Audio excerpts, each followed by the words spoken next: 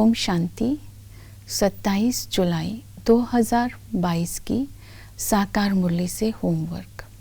आज की मुरली से हम लक्ष्य लेंगे स्वराज्य पाने के लिए ईश्वरीय गुणों को धारण करना है, आसुरी अवगुणों को निकालना है।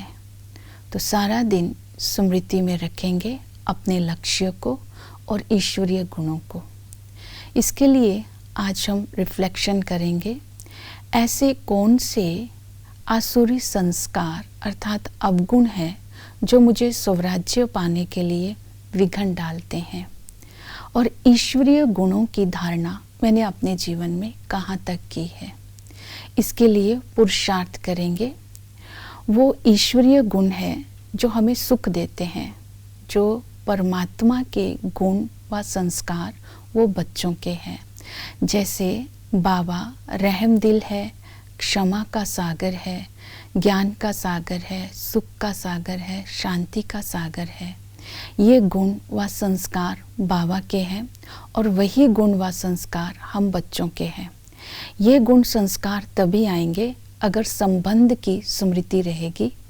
हम ब्रह्मा बाबा के बच्चे हैं और शिव बाबा के पोत्रे हैं, और हमें इस समय बाबा से सुख का वर्षा मिल रहा है क्योंकि हमने बाप की गोद ली है। तो ये स्मृति रखते ही ये संस्कार बुद्धि में इमर्ज रहेंगे, और इनको धारण करने के लिए आज सारा दिन अटेंशन देना है। रहम दिल बनने के लिए मास्टर मर्सीफुल बनकर सर्व आत्माओं को क्षमा करना है।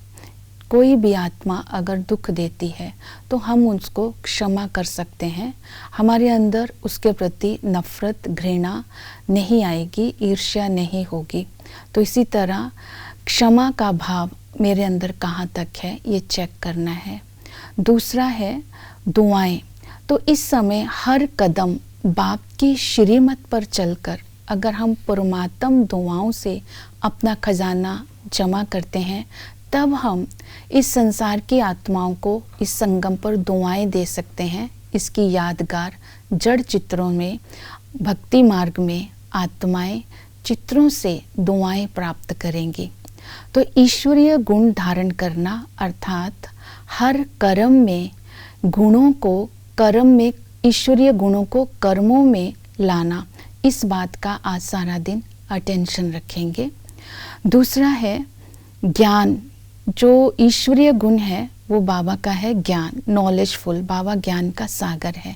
तो बाबा ने हमें ज्ञान दिया है कि सुख, शांति, पवित्रता, अखंड अटल स्वराज्य तुम्हारा ईश्वरीय जन्म सिद्ध अधिकार है। तो इस बात की समझ हमें संगम युग पर आई कि बेहद के बाप से हम बेहद का वर्षा ले रहे हैं। इस तरह ज्ञान की लाइट और माइट को जीवन में धारण कर अपने अंदर से अवगुणों को, आसुरी अवगुणों को हम निकाल सकते हैं। दूसरा है ज्ञान की लाइट अर्थात समझ, माइट अर्थात योग। तो बाबा ने कहा योग बल से आप अपने अंदर से विकारों को निकाल सकते हैं। तो अपने को आत्मा समझ बाप को याद करो। इसके लिए सवेरे सवेरे उठ बाप को याद करना सहज है।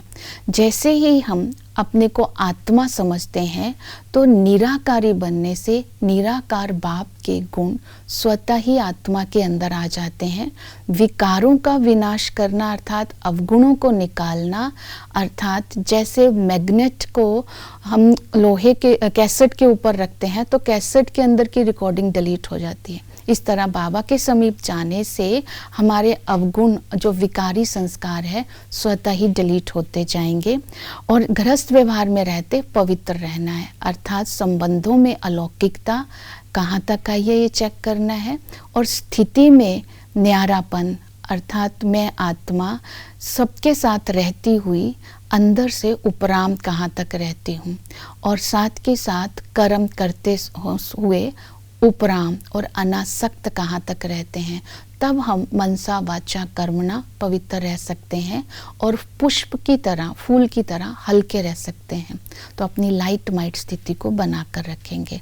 यही ईश्वरीय गुण है जो हमें स्वराज्य दिलाएंगे। ओम शांति।